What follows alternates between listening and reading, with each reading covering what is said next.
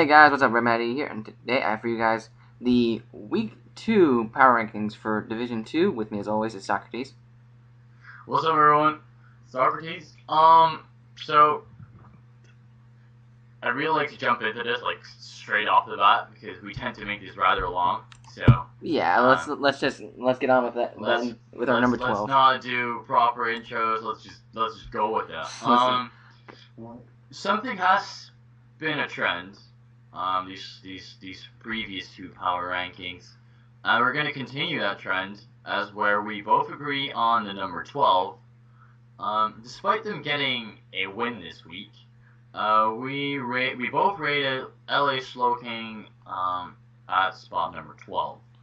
I really don't think he deserved that win. It's not like there was hacks or anything. It's just that he made plays that even he can't really understand why he made.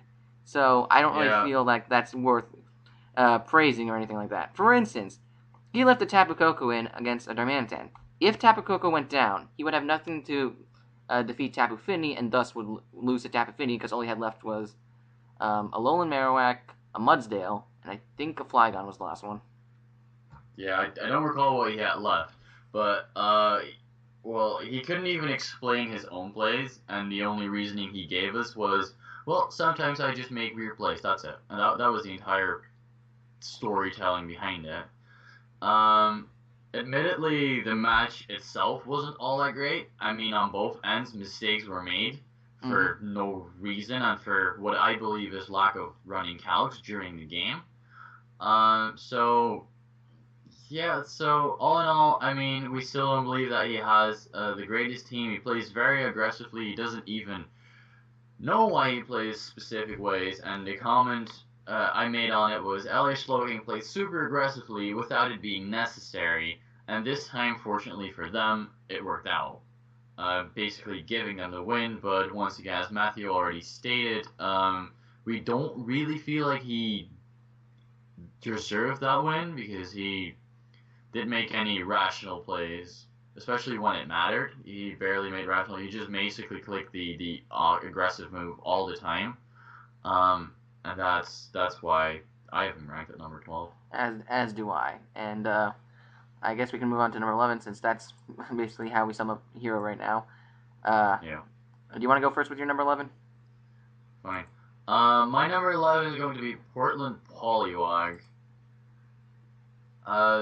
Reason being, they played Seattle Seagulls this week, which has been my number 1 pick for the last 2 videos, if I remember correctly. And my number 1 pick the Portland Poliwag sacked their Stunfisk to Sneasel when he still had a full health Emboar, and the only thing that was his only check to Mega Pidgeot. After Stunfisk died, he basically already lost to Mega Pidgeot. Mega Pidgeot didn't actually have to come out all that much to do all that great, but Stunfisk was legitimately his only check to it, and actually his only counter to it, and he just decides to sack it to Sneasel.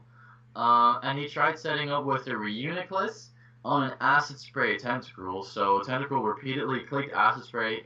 What Jose was doing, I think, was just sacking his Tentacruel and try and lower this Reuniclus' special defense to, as low as it can get. But he kept setting up Calm Minds when Acid Spray lowers your special defense by 2 stats, so every single turn his special defense would lower one stat? Yeah, basically one stat. Yeah, so and then he tried to win like that, but he basically sacked his Reuniclus, he sacked his Sneasel, and those were like his win cons, and that wasn't necessary at all. So that's why I put him down on the ladder quite a bit. He was my number 6, I think, last week, but I haven't seen that many great things from Portland Poliwags this season. I mean, the first week he won, but that win was handed to him. Then, and then this week he didn't necessarily perform either. So I'm very skeptic on how he's going to do in the future. I mean, hopefully he'll prove me wrong, but thus far it's not looking that great. Yeah, I dropped him down as well. I think I only have him at 7 before, but I'll talk about him more once I get to him. For me, at number 11, I have the Detroit Magnettons. I just thought this battle against the Black City Unowns, he just played kind of sloppily, if I'm being honest, as well as prep sloppily, if I'm being honest as well. Like, I understand getting damage on, like, the Porygon 2 at the beginning with Thunderbolt, but honestly, it was probably better if you were going to stay in to do something, it'd probably be stay into Volt Switch to go into something like maybe Mimikyu to try and set up against the Porygon 2, or go into a Tyranitar who can set up rocks against the Porygon 2. Like, something other than letting your Magnezone get damage, because Laxidon knows Rats are smart and brought a Hidden Power that could be super effective against it. Understandably, Porygon 2 shouldn't normally be able to hit Magnezone, but honestly, Magnezone's a special attacker. Porygon 2 tends to be a special wall. You should probably go into one of your physical attackers to try and take it out. Yeah. And then you can go. No, you can go. Okay. And then for that rest of the match, he made some weird plays as well. Like for instance, I'm trying to remember where it was. God, I can't find exactly where this place was. Oh, here it is. He tried setting up with a Tyranitar against a Celesteela, which I don't understand why he did that. Celesteela is a Steel type, and it also had, and I think it also showed Hidden Power fighting. So I'm not sure why he went into Tyranitar to try and Dragon Dance up a bit and try and sweep that way. That wasn't gonna happen. And basically, he was able to kill the Celesteela because it didn't die to one Hidden Power. It might have actually been ground. It might have actually been Hidden Power ground, but still fighting. I think. I'm not sure. I would have thought it would be HP ground for the Magnezone, but it could have been fighting as well. Yeah, because it hit Magnezone for super effective damage, and then it also hit T-Tar for super. I mean, it did a lot to the T-Tar, so I was expecting it to be that, but obviously you can't be certain. Yeah, but that basically left it to where Ninetales was able to just clean up Tyranitar, and something that actually put a lot of pressure on the Bastiodon's team was just gone in an instant. So yeah, overall, I just think he played not to the best of his abilities, and overall just didn't do well in this match. Yep. So, what I noted on it, this is all I'm going to say about it because I have him a bit higher up the list, and then I'll talk about Detroit Magnetons myself, but what I noted is that he really likes his setup mons, but uses his timing very poorly. For example, the example Matthew just illustrated. So, I guess that's what rounds up your 11. So, I want to go to my number 11. Wait, no, my number 10. Yeah, our number 10, I should say. Yeah. We agreed on the new number 10. I think Matthew, after the post-draft power rankings, this guy at number 1. I had him at number I based the post-draft power rankings more on teams than anything else, so that's why he was at number 1. And I thought he actually would perform better than he is right now, but unfortunately, the Cincinnati Beldums are number 10 right now. Reason being, I made a couple of notes on the game versus Alex Slowking.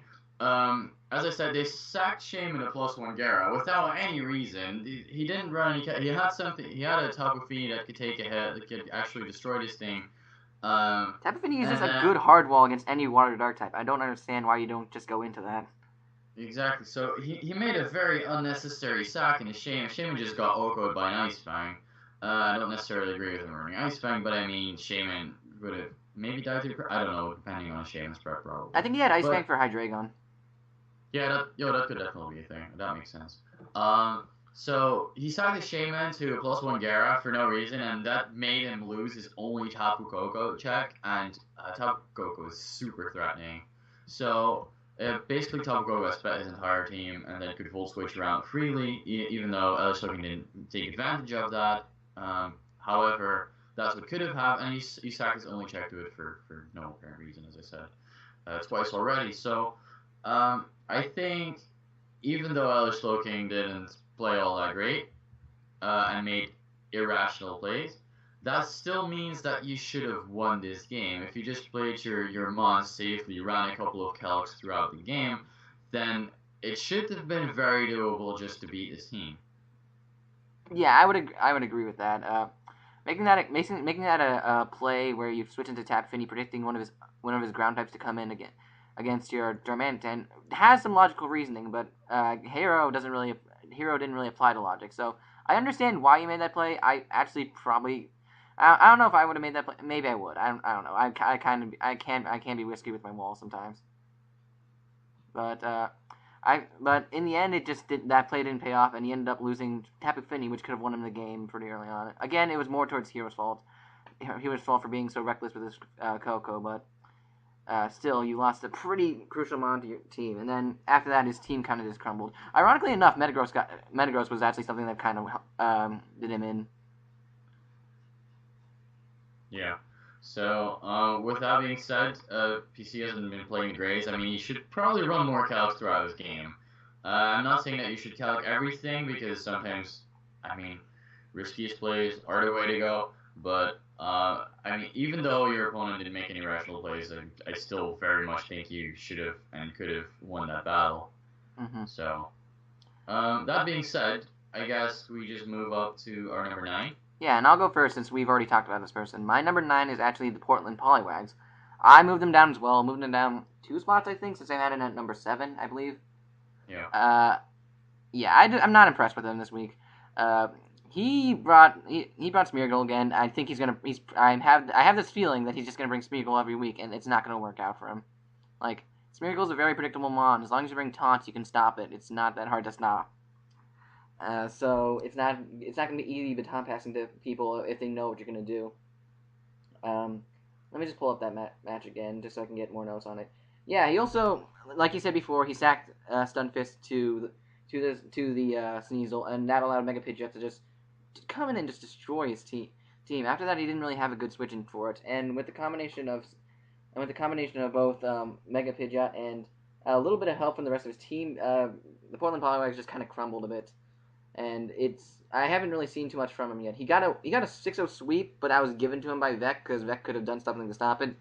And now he lost 4-0 to the guy we put at number 1. So he did lose to someone we thought has very good skill in D2, but still, I think he could have put up more of a fight if he, abandons the whole baton pass scheme and just tries to build more of a balanced team, because his team actually can be suited to a balanced playstyle, or even a more offensive playstyle without needing Smeargle. Yeah, without all the unnecessary, as I refer to it, bullshit. So, I guess that wraps up Portland Poliwag for us. I have a guy number 9, which we already somewhat covered, or as I should say, Matthew already somewhat covered. My number 9 is going to be Detroit Magneton, because their game against Black City Unown, I don't even recall who won this game, but Black City Unown did 3-0. Black City Unown won this game, but Detroit Magneton basically tried to set up with a Mimikyu when Celesteela was still at full health. I mean, you may be overestimating your Mimikyu a bit there, because even at +2, I bet Celesteela can still live 2 hits and then just retaliate with a Heavy Slam, Clash Can. It did live a +2 or something of that fashion. But setting up with your Mimikyu at that point felt very pointless. And then, as Matthew already referred to, he set up with a T-Tar on the Celesteela, which was also very unnecessary. And so, all in all, he really likes the setup mons. He brought setup mons, but he executed at the wrong time. And, I mean, a couple of setup sweepers on your team, I don't feel great about that. So, that's going to be why my Detroit Magneton will be at spot number 9. Yeah. One other thing, Wishy-Washy didn't really get to do that much, which is kind of showing that I don't think Wishy-Washy is that great in this format, if I'm being honest. It might be okay. Wishy-Washy got kind of Xduff, if I recall, because he got paralyzed. Yes, he got paralyzed, so he couldn't really do anything. Yes, but I think Porygon would have been able to live whatever hit the Wishy-Washy would have gone for. Well, yeah, but Porygon lives every hit ever. Exactly. So I don't know. I just feel like there are better tier 5 water types than Wishy-Washy you can grab. Like a Rakwood. Yeah. Which actually I don't think it was drafted in D2, but he already has. I think he already has 2 bug types, so it's not the best thing to grab. No, but you made a fair point. There are probably better tier 5s out there. So this actually segued pretty nicely, because I actually have the Black City Unowns as my number 8 right now. So continuing on with this match, I think the Black City Unowns did a very good job. I originally had them as. I think I had them as at number. I forget what number I had them at last week. Let me quickly check. Should be somewhere here. Here it is. I had them at number 11 before, losing pretty hard to Nick. But I moved them up to number 9 this week, mostly because number 8, sorry, this week. Half because I was moving a lot of teams down, but also because he played pretty well this week. He prepped absolutely amazingly this week, like with the Porygon having HP, whatever was super effective against both Tyranitar and Magnezone. Could be fighting, could be ground, either or. He also made some very good predictions with the Porygon too, going for hidden power ground fighting against the Magnezone, and then going for Thunderbolt, predicting the Wishy-Wash would come in. So he's definitely learning, and I actually have some hope for him. The reason I have him still pretty low is, again, he's still new, and this is only his first win, so I'm not gonna raise him up to the highest point just because he got one win. But I do see promise in the Black City Unown. Yep, they're climbing. And I'm very much looking forward to that. Going to my number 8 then? Yep. My number 8 is Kiwana Lucario. The match they played this week, I think they won, but the match was very much handed to him. This was the first week because the Indus Valley Infernape were heavily relying on Rotom Heat as a special defensive wall. However, they didn't bring hazard removal. So Kiwana Lucario just put up hazards, threw in their Delmize every single time, and then Rotom Heat had to come in, try and work around that. But it didn't, and it couldn't. He put too much pressure on Rotom Heat, and then he brought no hazard removal to it. So that's very contradictory, right? So that didn't make any sense. So what I put is that this win that he had this week was actually handed to him, and then Kiwana Lucario put in the finest of work with Delmize. I mean, Delmize did a lot this game, even though it was Bird. It was such a nuisance to Rohith's team. Actually one-shot a Vaporeon without actually being banded, so I thought that was fairly impressive of Delmize. I didn't think it would have that much power. Dude, Delmize is awesome. Yeah, Delmize turns out to be a lot better than I anticipated at first. So I put him at number 8. I still think they have a good team, but this week their win was kind of handed to them, so I don't feel like putting them up too much, because, I mean, getting a free win is, well, doesn't give you that much credit in my opinion. So that's why I put Kiwana Lucario at my number 8. I definitely see that. I definitely see the aspect of a free win. It was definitely more the Indus Valley Infernape's losing than the Kiwana Lucario's winning. But I'll talk about that more when I get to the Kiwana Lucario's. But I guess I'll move on to my number 7, which is the Oregon Old Men. They played against the Palm Beach Palisades this week, and some of the holes in their team is starting to show. They really don't have the best switch-ins for an electric type, as I mentioned before, and this showed because Electivire was able to scare out a lot of his Mons in the match. Not to mention that he has, besides Mew, I think he doesn't really have much of a fighting switch-in either, as I believe Cobalion was able to very much pressure the why am I thinking the name? The Oregon Old Men, like. Yeah. And then he also early on in the game let Machamp take a lot of damage from Goodra, which meant that he didn't have an effective way to really handle Dark Pulses from the Mega Houndoom, as Mega Houndoom at the end kind of had a little mini sweep right there. So his team, like the Oregon Old Men's team,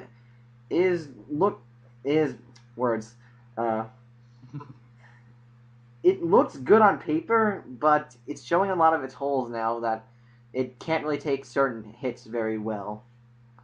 Yeah, for example, I stated that the Oregon Old Man had nothing for offensive AV Goodra. Goodra put so much work early game, put so much pressure on his team. He sacked his Machamp, if I recall, to it, and then he also sacked Blastoise, I think, to it. So, Goodra put early game so much pressure on his team. I mean, it's AV, so it's pretty easy to whittle down, and the only thing you need is to just... I mean, Goodra has a great move pool, I get that, but it's not all that powerful, so you should have a special defensive Mon that can take it on reasonably well. So, there weren't any great predictions on Palm Beach Palisades' part, so I don't know, he should have played a lot better early game, and that would have probably brought him a win, or at least at least not despicable loss. It wasn't pretty. That's what I'm going with. Yeah, definitely. Though I will give him props to in bringing Natspot Mew. That definitely could have put in some work since the Palm Beach Palisades don't have the fastest team. Like, he has Kabalion and Mega Houndoom, and I think one other Mon that breaks past 100, and then the rest of them are under 100, so I definitely see that working. Unfortunately, though, he didn't really get the chance to, because that Mega Houndoom was able to get that endgame sweep, which stopped it in its tracks. Yeah. So, continuing to my number 7 then? Yes. My number 7, as per usual, I think, or at least I had this guy at number 7 last week, it is spelling Infernape with Rohith. Even though Rohith lost a couple of times, I think he's 1-2 right now. No, he's 1-1. He's 1-1. 1-1, sorry. But he, as I said, he was heavily relying on his Rotom Heat, and he didn't bring out the removal, so every single time he came in to wall something, it took 25%. Also, he sacked a lot of mons left and right for what I thought wasn't necessary. He left in a Vaporeon on a Dhelmise. He made a couple of risky plays, predictions, and then he had no Wish Passing, which even put more pressure on his Rotom Heat, so that eventually led to his demise, to his Dhelmise, maybe I should say, but... Damn it. It was it was just a very poor match on his part. However, I've seen Rohith play, and he can play reasonably well. And, his team is very, very balanced. He has a lot of offensive pressure. One thing I'd like to give Rohith is that every single time you come in with Mega Low Point, you don't have to click Fake Out. I can't stress that enough. Fake Out is not always the best move. No, sometimes it's very obvious that the opponent will switch, and then you can just try and catch him off guard with a high jump kick or return, something that does more damage to the opponent. Gonna get into that much more next week. But so sometimes, I mean, you already have a very predictable team, and then you shouldn't play predictable either, because that's when you're just gonna get bent over, and you know what happens next. So that's why I've in the spelling for number 7. I really think they're gonna climb, but as of right now, they're just not showing it to me. Yeah, they do have to get out of the funk of faking out always with Megalopunny, as well as just in general making a few better plays. But I'll move on now to my number 6, who we actually talked about. It's the Kumano Lucario. So I'll talk a bit more about this match. I think that played well enough, and then also prepped well as well. Though I will admit something, bulk up Mega Pinsir is weird. Yeah, that was all in all just a bad idea. I mean, I don't care what opponent you're facing. That was just, I mean, if it's like a mono attacker and this guy has I don't know, maybe if you're really scared of Keldor or something, but then it's still Stone Edge. It still has Stone Edge. Yeah, exactly. So, I mean, yeah, because most fighting types still got a rock coverage, so... I think all of them do. At the end of the game, I was looking at it, I saw this game live, and he was in with his Mega Pinsir on a Mesprit, and then Mesprit had sped the Mega Pinsir, so I thought, you know what, this Mesprit Scarf, but then Mesprit actually changed that move, so it wasn't even EV to outspeed max speed Mesprit, so you just had great prep, but that Pinsir, I mean, even though it's creative, and I encouraged creativeness, but that's just bad. I didn't say the Pinsir. I meant everything else was good on his part. Like, it was good to handle the Indus Valley Infernape's team. I just mentioned that the Pinsir itself was weird, so yeah.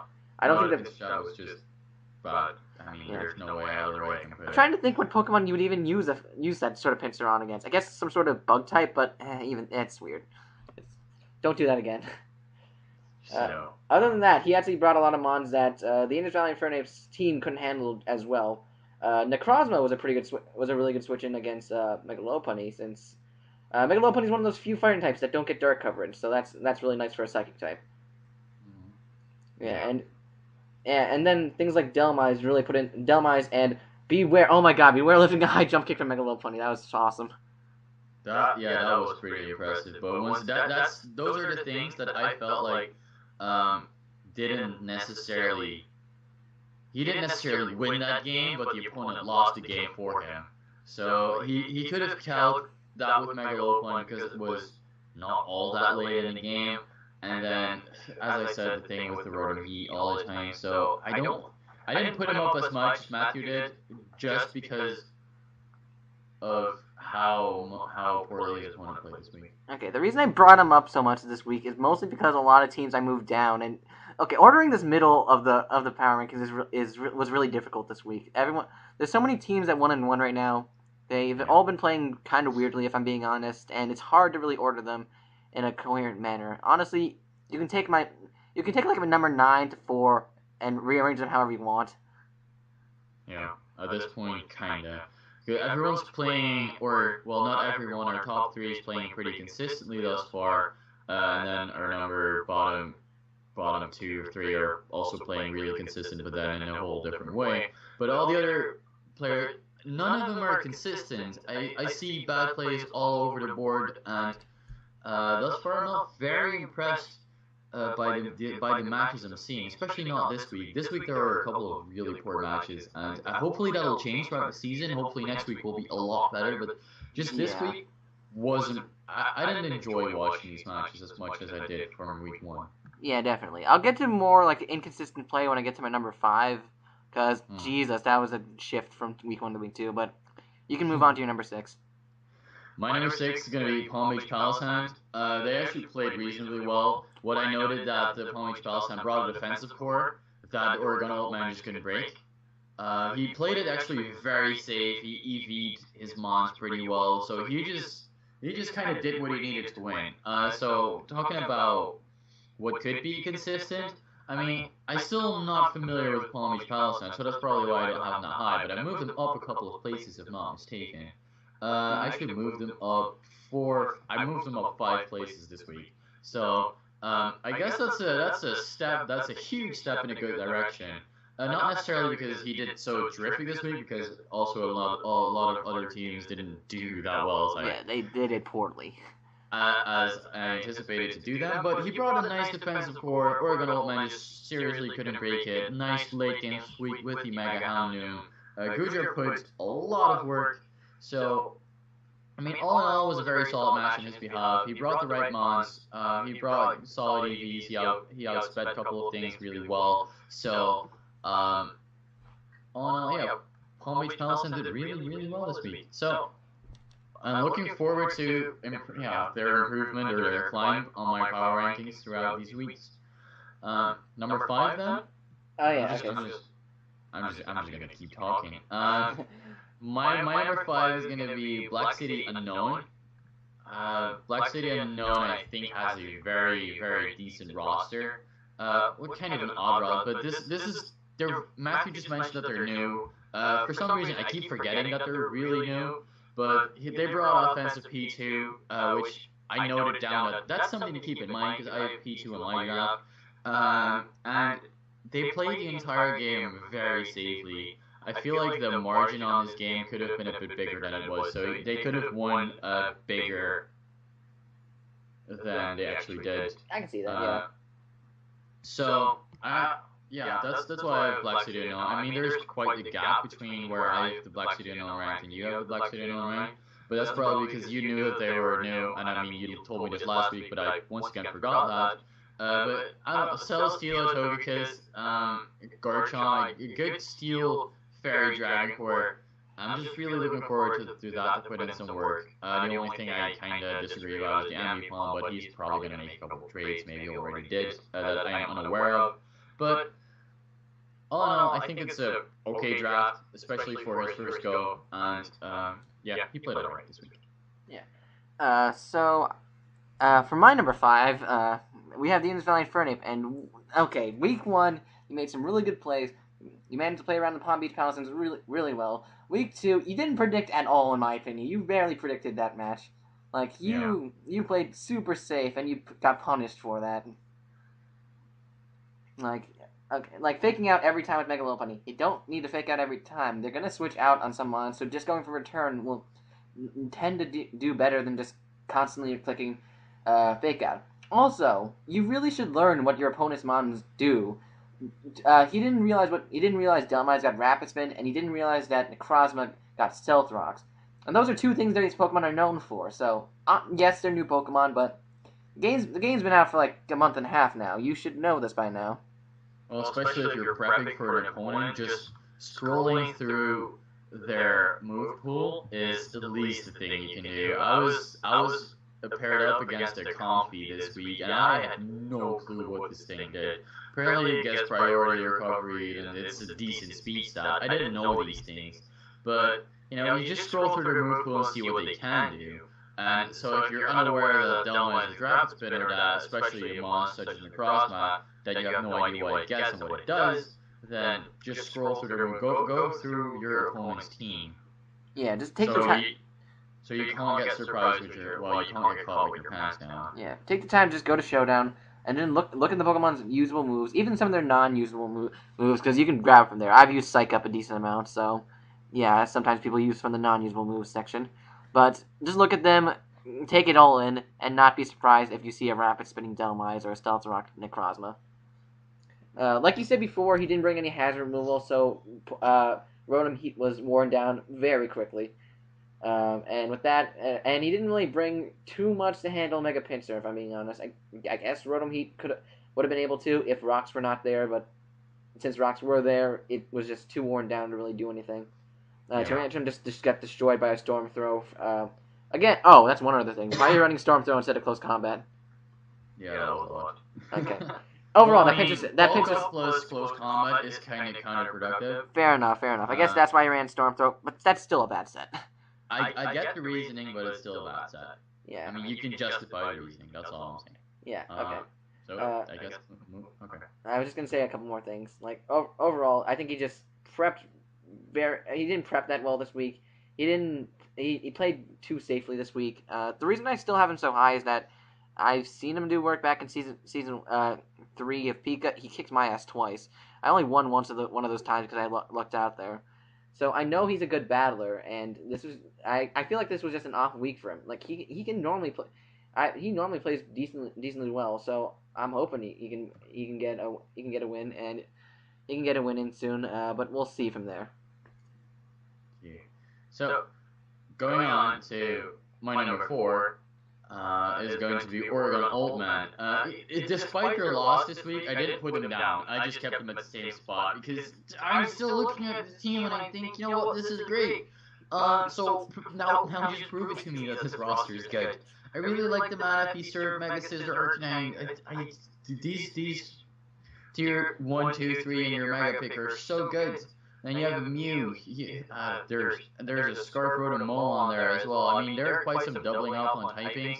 I could see that, but for Water, Fire, Grass Force, I mean, some versatility in your Water, Fire, Grass Force can only make your team better, in my opinion. So, I have so much hope for this team, but just please show it to me. Otherwise, I will have to put you down next week. Oh, that sounds like I'm going to kill you, but you get my point. I understand. You have hope for this team, and the Oregon Old Man. I mean, they played Zoroark really well. They disguised it reasonably good.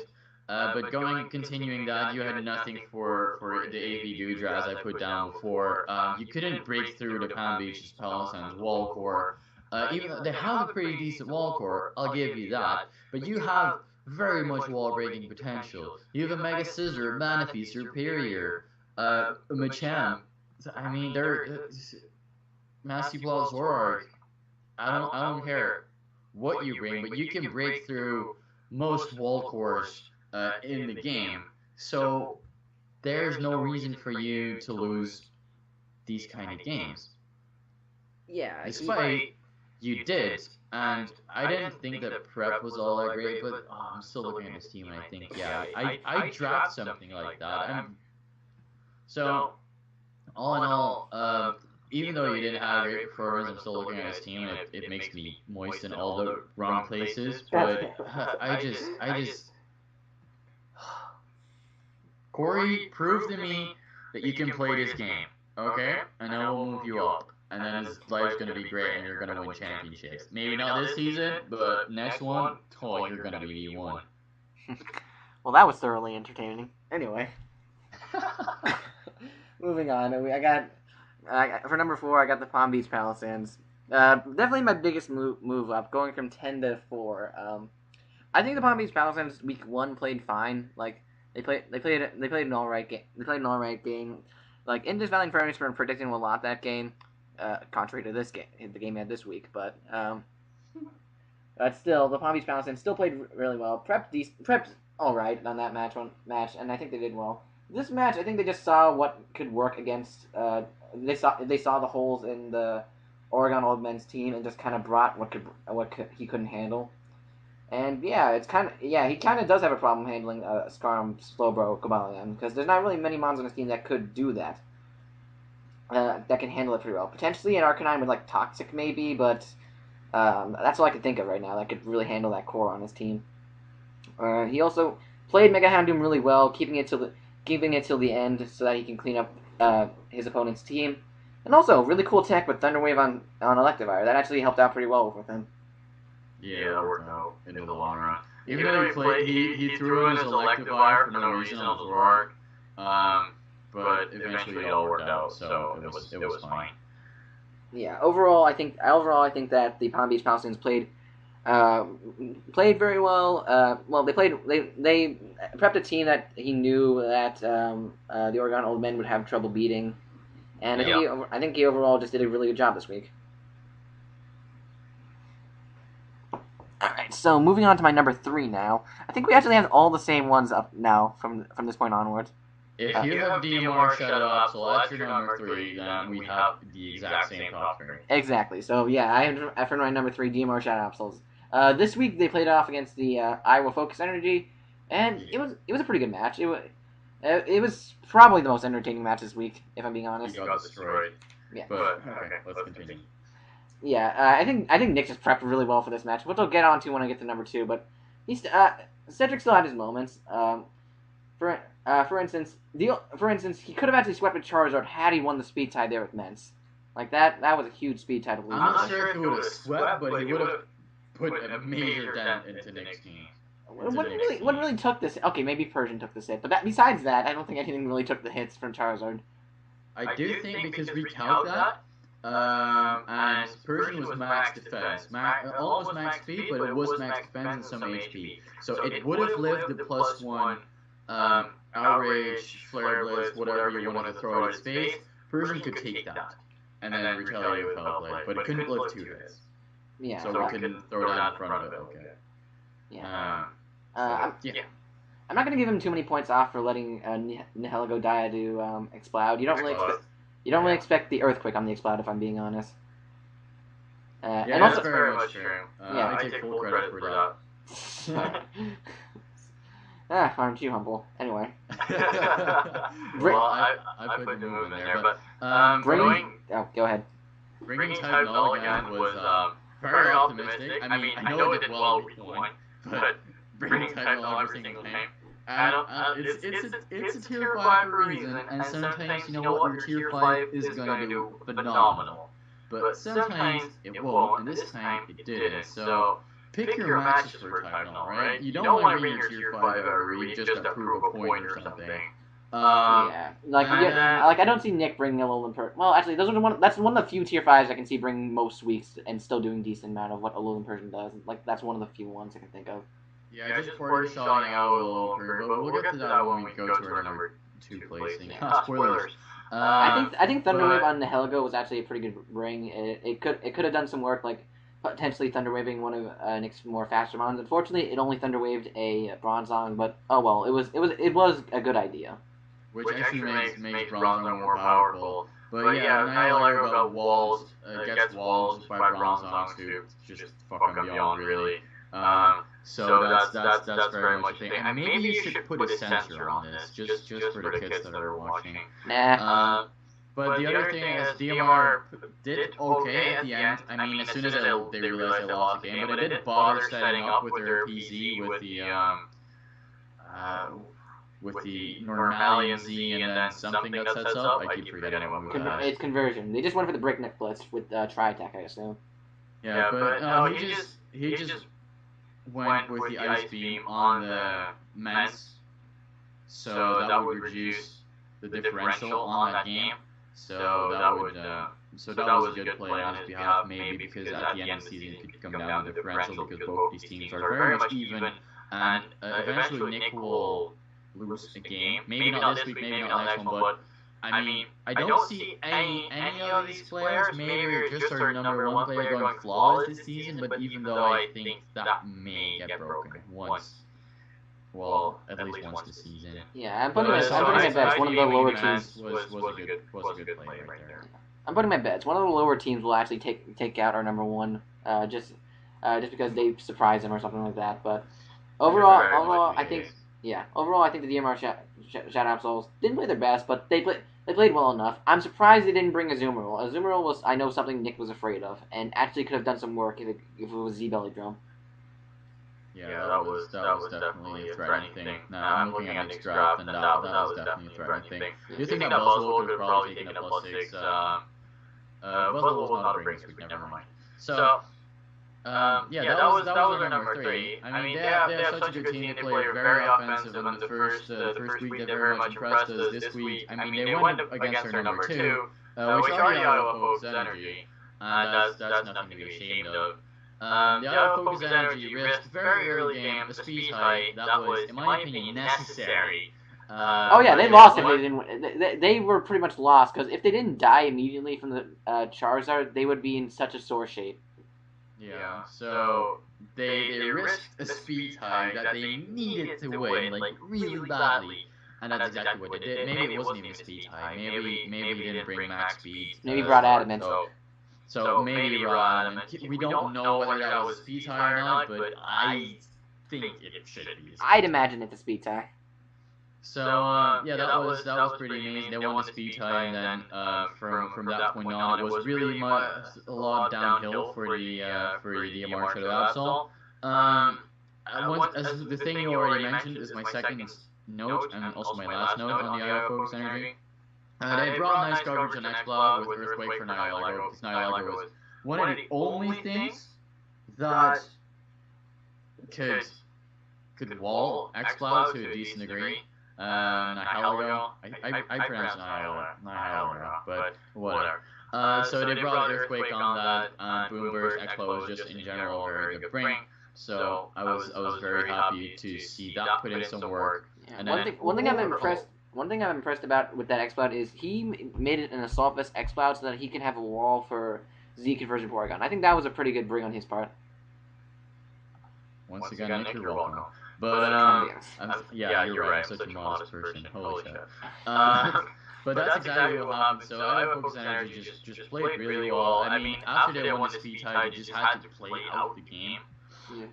Just let the game play out itself, really. So DMR, he brought walls. He just brought the right mons. Persian was a good bring. I spent the majority of his team. Could take a hit from Blizzard. Buzzwole punch shot around. And then the AV X-Blow was a good bring, so you could wall that. There were so many things that were right, but also the game went in his favor. Yeah, I'll give him that much. Yeah, after that speed tie, it would have been really hard for the DMR channel to come back from that.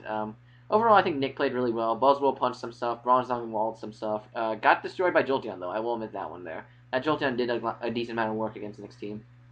Yeah, but we looked at this team, and the only thing that could potentially wall the Jolteon was the Roserade, and that still took 46% from a Specs Hidden Power Ice. So that was literally nothing on his team that could reliably switch into Jolteon. That's why he needs a ground type. Yeah, that's why he made a trade. So that's next week. We'll get there. We'll talk about that when we get there. So continuing to our number one spot, or at least I'm done talking about Iowa Focus Energy. Same here. Our number one, very surprising, has been number one for the third time in a row, at least on my behalf. Actually, no, you had Oregon Old Men number one after post-draft power rankings. I think that's a lie. No, it's not. I can pull up the list. Seattle Seadra is my number one. And once more, they recognized exactly what they had to do to win versus the Portland Poly. That first turn. Yeah, that I don't recall the first turn because I watched these things Tuesday and it's Saturday now. Yeah, I know. Basically, what happened was he had Fake Out on Sneasel. He faked out to Smeargle. Smeargle flinched. Smeargle went to switch. Okay, it's 2 turns. Smeargle went to switch out, and Sneasel went for Pursuit, killing Smeargle. Yeah, okay, yeah, I do recall that. So that was just a great first break. He brought an anti-lead for the Smeargle. He did exactly what he needed to do there. But once again, Bronson just also kind of handed him the win because then he brought in a Stunfisk on a Sneasel. Didn't even take out the Sneasel with a discharge. I mean, Stunfisk has very little power, but then he just lost all the checks. So Seattle Seedress kind of got handed the win. But eventually Mega Pidgeot ended up getting 4 kills this week. Yeah, that was impressive. That's very impressive for a plus 60 Mega, plus 40 Mega, I don't know, plus 60 I think. It's plus 60, yeah. So, yeah, and then, I mean, he sacked Cresselia, but he just realized, you know what, I don't need this, and I don't want anything else to get damaged. So even though Cresselia is a reliable one, and it just takes hits really well, he just said, you know what, I don't need you this time around, you can just go and die now. And that was not a waste, that was just in general a good play. Getting rid of the Hazard Tentacle also pretty reliably, so Mega Pidgeot just put it at points at the end. And he just played the early game really well, as you already said. Yeah, he just did a lot of things really well in this match. I don't think Kieran Black even touched the field this match, which is pretty impressive. Yeah. Like he didn't even need Kieran Black. That's something you don't normally hear. No, because usually Kieran Black is one of the mons that carries the weight of the world on his shoulders. I mean, he can do that really well. However, I mean, he just pulled through. Yeah, it wasn't necessary. Yeah, exactly. He brought HP Ice on Mega Pidgeot for the Lando T as well to realize it. But, I mean, Portland Poliwags had a Stunfisk, they had a Forgus, they brought things to wall Mega Pidgeot. But then he just unnecessarily sacked them. And then that's really like, wow. Yeah, they kind of just disappeared. If you do, they just stopped existing. Yeah. So overall, Seattle Seeders prepped very well, played very well. Even though they got the win kind of handed to them by the Portland Poliwags, I think seeing how they prepped, and I still think that they deserve to be the number 1. Yeah, the way they prepped was just like, okay, I can't lose this game, and that's what he has been doing for these past weeks. I mean, I've seen his week 3 game, so spoiler, but he's just prepped amazingly well every single week, and he just executes it also really well. So there's no reason to not put him at number 1. That's all we're going with. Yeah, we're not going to drop him until he loses, and even then, I'm not sure if I'll drop him. It depends on if Nick's still still lossless. Yeah, maybe if he doesn't play well for the next week and Nick does, then we'll put him up. But you know, we'll see from there. Yeah. So I guess that's going to be the power rankings for this week. We've been talking way too long once again, but that's just the thing when you have 2 ramblers in a call doing power rankings. Pretty much. So that's going to be it for today. Hope you guys enjoyed. If you do, and if you have some suggestions how we can improve this or how what you thought of this, just leave them in the comment section below, and then we will see you guys next week. Yep. Take care, guys. Bye.